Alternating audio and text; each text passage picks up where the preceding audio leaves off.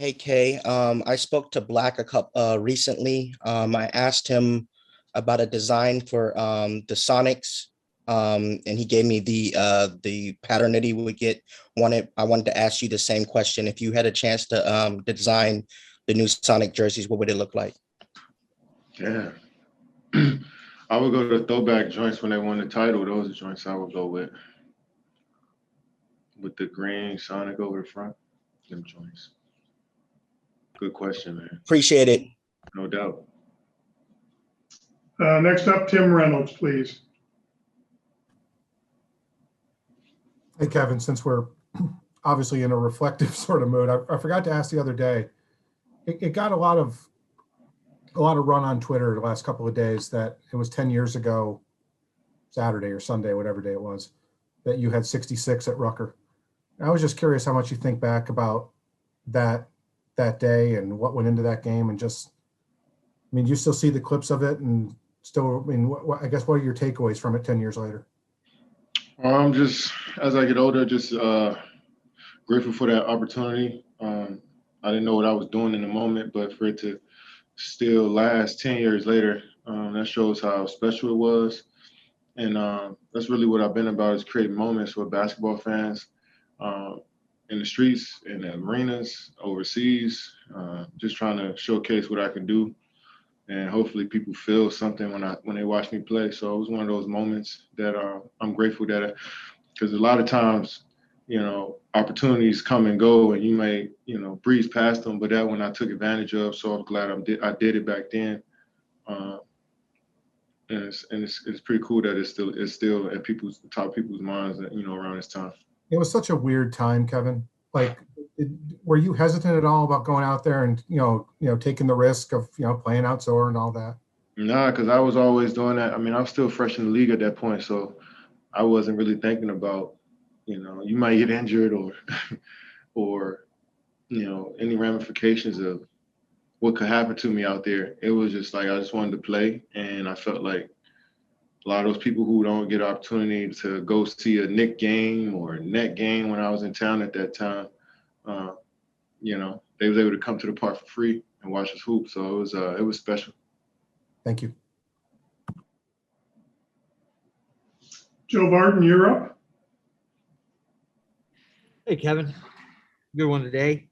I asked Tatum the same thing in the mix zone, but does it feel to you like you're just 2 wins away from a gold? No, we're not even looking at it that way. We obviously we know the situation we're in, but we're trying to take it a day at a time and realize that this is part of the process. Just get focused for the next day of practice and preparation for the next team that we play. But we're not trying to look too far down into the end goal. We're just trying to focus on today. And I know, listen, I mean, we've talked about this before, where you've said and pointed out that there were games that were close in 16, but the gold medal game, you went out there and had 30, and I think you guys won by 30. And it doesn't feel like that's going to happen this time. It feels like, watching it, that these are much more like NBA games, and you have to kind of approach it that way. Does this tournament feel like, do you go into each game kind of feeling more like that it's like a toss up, and it's going to be a back and forth kind of thing? Oh, no, I remember in 2012 we had some tight games. I had 30 in the gold medal game against Spain. It was a tight game all the way to the end. I think we won by single digits. I don't remember, but yeah, I mean, we didn't win every game by 30 in 2012. We played Lithuania in a pool play, and it was a tight game. We played Serbia, I think, in a pool play in 2016, and they had a chance to tie it up at the end of regulation, and they had a wide open 3 to tie the game up. So it's like, you're going to have games where it's going to be tight, and we understand that. And today it was good that we pulled away late, but we're not expecting to come out here and beat everybody by 30. If you go back to the history of, the last few Olympics, you're going to see some tight games up in there, especially, 2012, that gold medal game, sorry. We'll go next to Dwayne Rankin. Thank you. Kevin, it's my first time on, so I'm trying to get my bearings on what was asked before, because I'm not part of the whole mix deal. But want to ask you about Devin today, and obviously he didn't shoot the ball as well as he would like, but he had 9 rebounds, 5 assists, 3 steals, no turnovers. What do you think of his play today? Well, it just shows you how all around D-Book is. You know, a lot of people look at him because he's such a pretty scorer. You know, he could do things so effortless, but he's a savant. You know, he wants to be an all-around basketball player. And you've seen it tonight, you know, grabbing rebounds, going in there and mixing up with the bigs, switching, guarding out on the perimeter, making passes, and then he made some timely shots for us. So Book is an all-around player who's only getting better. He's 24, I want to say, and Right. we about this on the bus, like he handles himself like a 35, 36-year-old vet, you know, and that's only going to bode well for him in Phoenix going forward. And tonight was one of those nights. You're not shooting the ball well, that's not the whole game. And guys understand that. He's one of those players that can affect the game in every single facet. And, you know, it's a special player. Quick follow. There got so many guys that are first time in this. As you guys get closer and advancing, are you getting more questions from them on what to do, what not to do, or do you feel like they got it figured out right by now? It's basketball at the end of the day. These dudes are high IQ players. Like, you know, it may be a different setting and rules may change as far as you can sit in the lane, but like we all played in college, we all played in high school, so we understand what that's like.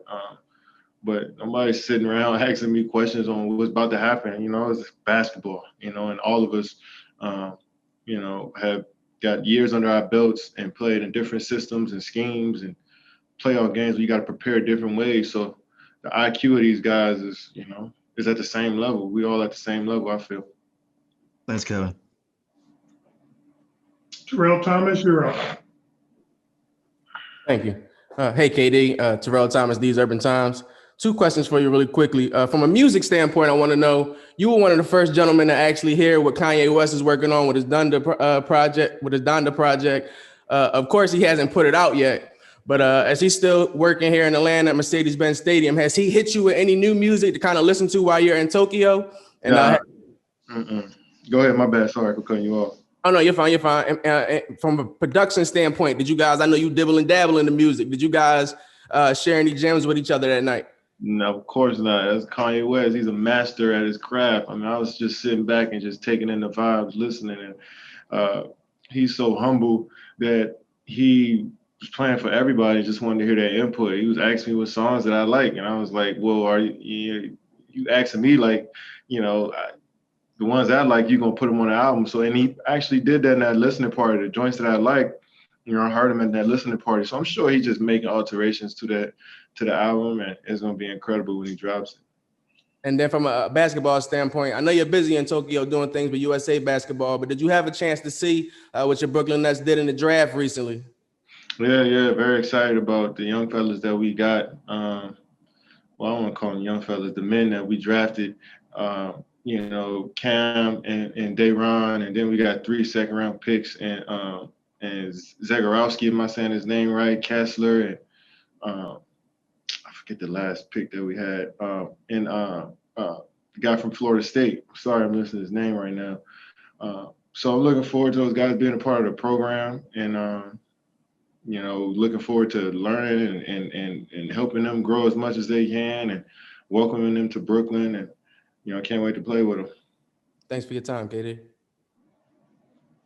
Next up is Josh Coyne. Hey, Kevin, Josh Coyne of Double Clutch UK. I spoke to Zach yesterday about the collection of coaches you guys have at your at your service on camp. You have been in this situation before, obviously in the Olympics, and you've dealt with a lot of NBA coaches. How valuable is it to have so many minds on camp, and you know, what benefit does that have to you?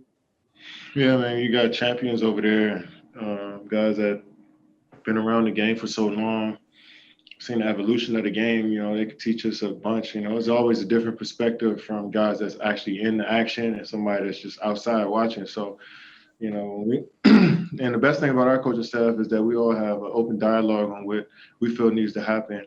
Practice, games, and you know, they listen, and we listen to them as well. So it's been a great relationship thus far.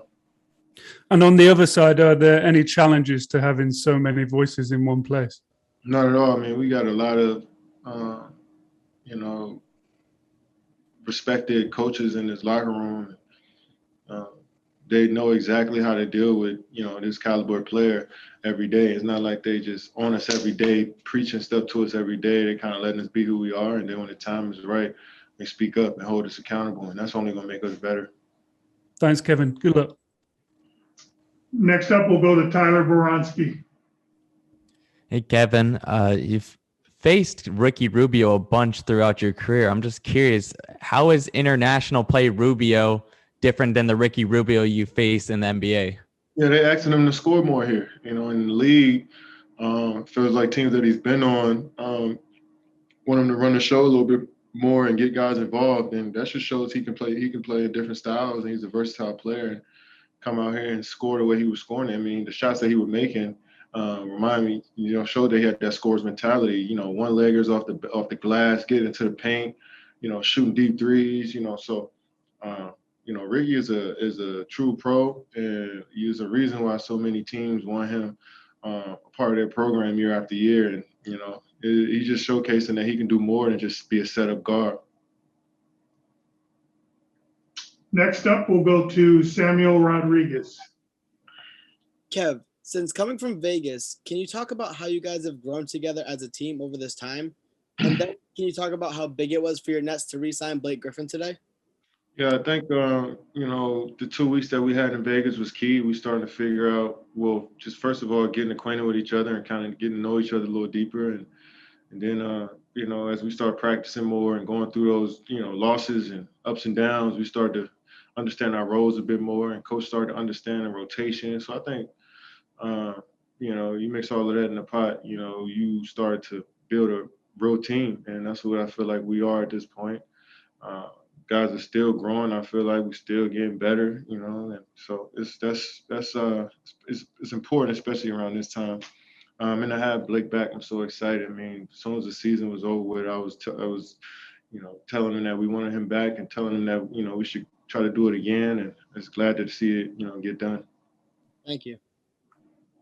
Okay, we got time for 2 more questions. We'll go to Rafiq. This is Rafiq with Nothing But That Sports Talk. Congratulations on the win. Unfortunately, the team did get out to a tough start when you were trailed by as many as 11. What did you guys have to do in order to actually turn the tide and get you to that 29 points that you always have in each and every game throughout your career, whether it's the NBA or in college or in international play?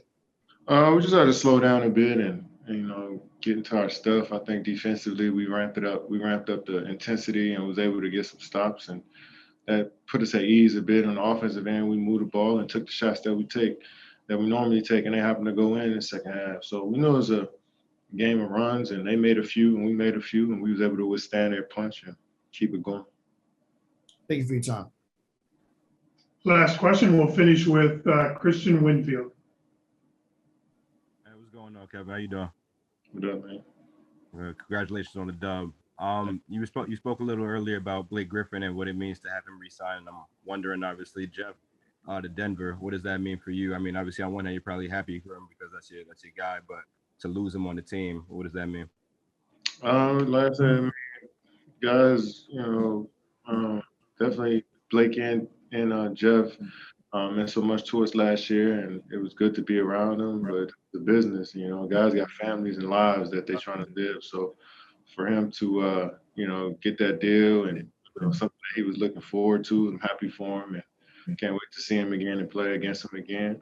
But we move forward, and guys step up, and just it's been our mentality since I got to Brooklyn. So looking forward to having Blake back and, building on what we did last year. And it's always great to have continuity in your locker room in the NBA, especially in this business, because guys can get traded, waived, cut in a matter of seconds. So it's good to have that continuity. And following up really quickly, if you don't mind, you spoke a little bit about the rookies that you guys are folding in. Are there going to be some challenges that come with folding in some new players in a team that's trying to compete for a championship when you're folding in guys that, are just now getting their feet wet in the NBA? I think it's going to be a adjustment period for them as well. I mean, it's a different game than it was in college, and the coaching staff, and you can tell those guys love to play. I think that it'll be a fun transition for him. And I'm looking forward to helping as much as I can and feeding off of that young energy as well. We definitely need that in our locker room. So I'm super excited about having them, and can't wait to see what they do in their careers, but especially starting with summer league. So I'm definitely gonna be watching and rooting for them and giving advice as much as I can and just being there for them.